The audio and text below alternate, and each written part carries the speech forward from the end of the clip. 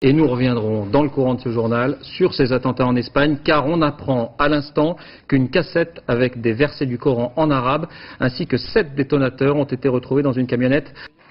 C'est la découverte de cette camionnette à 30 km de Madrid qui a semé les premiers doutes. À l'intérieur, une cassette audio avec les versets du Coran, ainsi que 7 détonateurs. Tout de suite, le point sur l'enquête, la piste islamiste s'affirme davantage.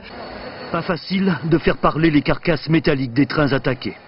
Ce sont pourtant les principaux éléments dont dispose la police espagnole, avec en plus et par chance, un étrange bagage abandonné dans cette gare d'El Pozo.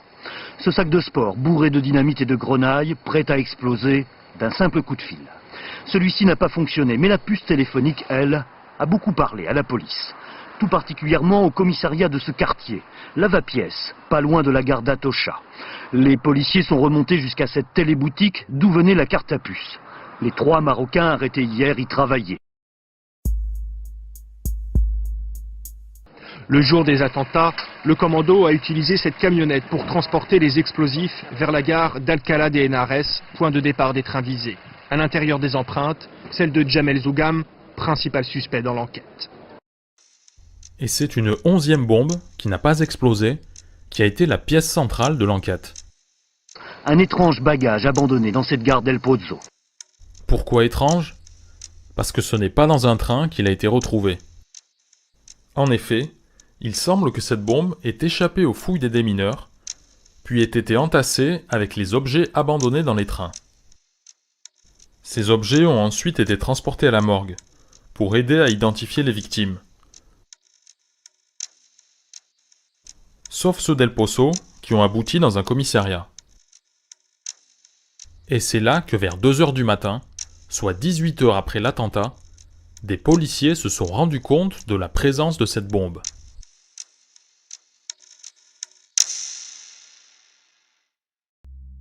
Quant aux empreintes de Zougam, contrairement à ce qui avait été répété dans les médias, elles ne figurent pas parmi les empreintes relevées dans la camionnette. Mais alors d'où est venue cette rumeur des empreintes de Zougam? Une fois de plus, on bute sur le terme vague de source policière, et impossible d'avoir plus de précision.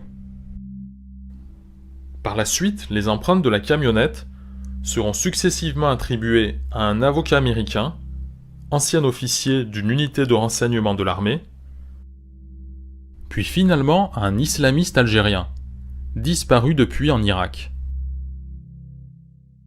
Et c'est le même cas de figure à Morata, où les empreintes de Zougam n'étaient également que des rumeurs. La police avait diffusé leurs photos depuis plusieurs jours, suite au témoignage du mineur qui leur avait fourni les explosifs, Javier Trasoras, dont l'acte d'accusation nous apprend qu'il est un indicateur. C'est un autre indique, Rafa Zouyer, qui l'avait mis en contact avec le Chinois.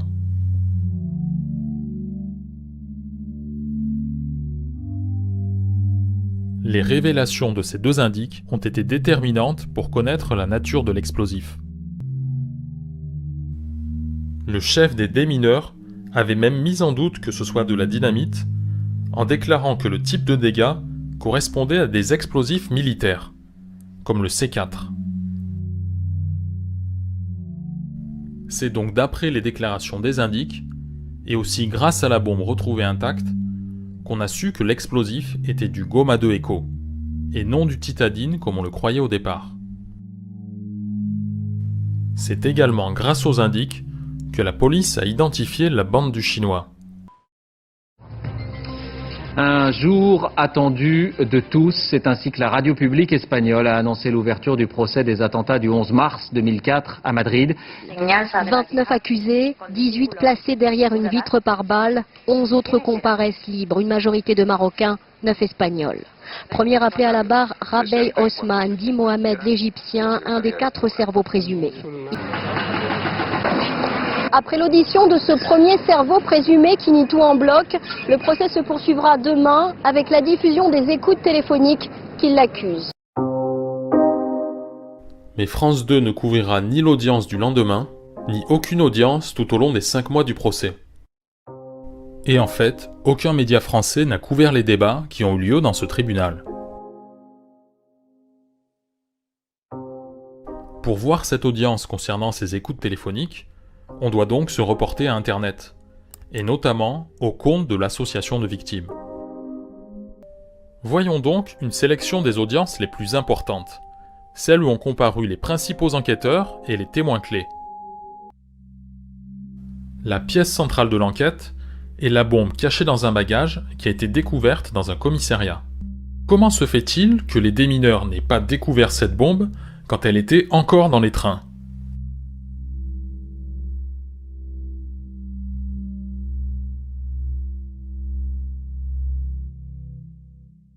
Pour leur sécurité, la plupart des témoins qui viennent déclarer au tribunal n'apparaissent pas dans le champ de l'enregistrement vidéo. On entend seulement leur voix. Si se inspeccionaron y se verificaron los trenes de arriba abajo, o sea, de cola a cabeza y viceversa, ¿cómo puede explicarse que llegara la mochila a la comisaría de Vallecas? Yo no puedo explicárselo, puede explicármelo usted, porque yo tampoco puedo explicárselo. Lo que sí estoy totalmente convencido de que después de la revisión de los telas que trabajaron allí, no había ni una sola mochila que contuviese un artefacto explosivo, y eso se lo puedo asegurar, porque lo hicieron y me consta concienzudamente. Es más, le dije 2 veces y cuando hablé con ellos me dijeron que no, que lo habían hecho 4. O sea.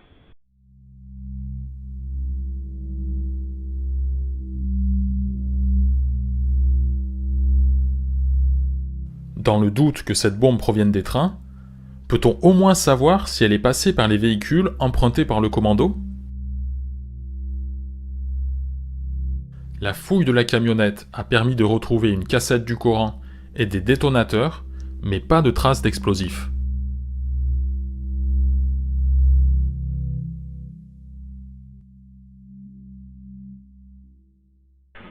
En el caso de que en esa furgoneta se hubieran transportado 50 o 30 kilos de explosivos, ¿el perro había detectado ese olor? Sí, lo había detectado, inmediatamente lo había, pues quedan residuos del explosivo y el perro lo había detectado. Que si esa cantidad introducida dentro de una bolsa de plástico de basura cerrada, introducida a la vez dentro de una mochila bien cerrada a las cremalleras, podía haber sido detectada o podría haber fallado el perro en su detección.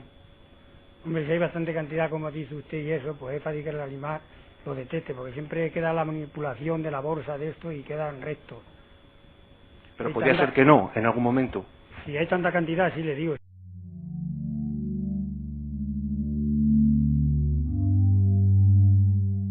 Laissons de côté la question de la provenance de cette bombe. Et voyons ce qui s'est passé après sa découverte. En premier lieu, sa neutralisation.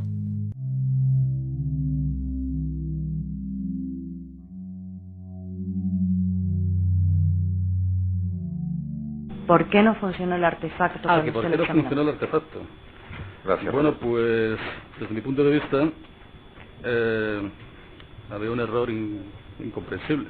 Desde mi punto de vista no funcionó porque los cables, los empalmes practicados en los cables no estaban encintados, no llevaban cinta aislante.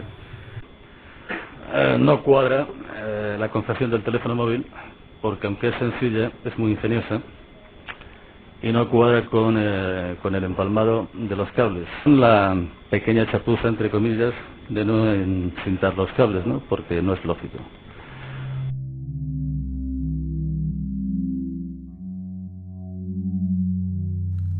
En plus des démineurs, la police scientifique était également présente lors de la neutralisation de la bombe.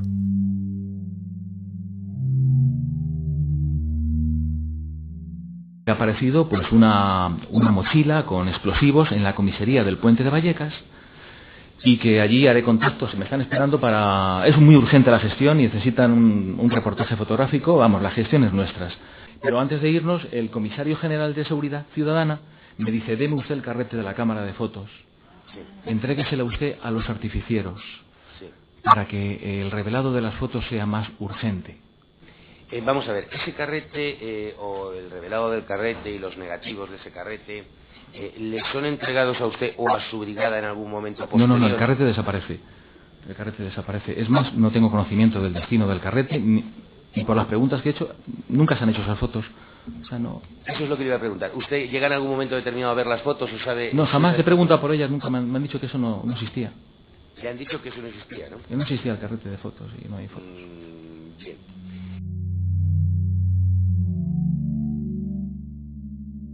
Mais alors, d'où viennent les photos qui ont été diffusées dans les médias?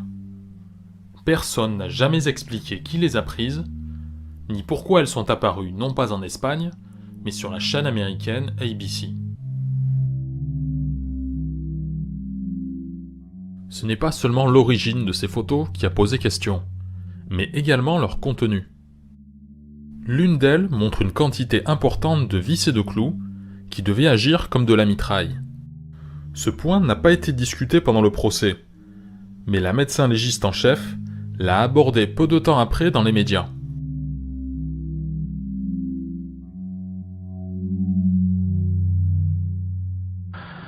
En los cuerpos de las víctimas del 11M, ¿había metralla terrorista, había clavos, había tornillos? Nada, nada en absoluto. De los 191 cuerpos, solamente creo que en uno se encontró un fragmento metálico que debía de ser lógicamente de los trenes, pero ni clavos, ni tuercas, ni tornillos. No había metralla entre nuestros 191 muertos.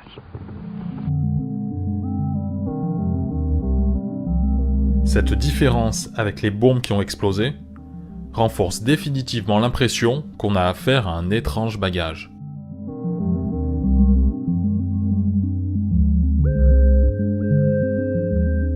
Cette bombe apparue par miracle dans un commissariat est-elle une preuve fabriquée? Qui n'aurait finalement pas plus de réalité que le morceau de plastique et les empreintes de Zougam? C'est en tout cas l'avis du journaliste qu'on vient de voir, Luis Del Pino. Ce journaliste est l'auteur d'un blog très fourni sur l'attentat de Madrid, ainsi que de plusieurs livres et documentaires, tous antérieurs au procès.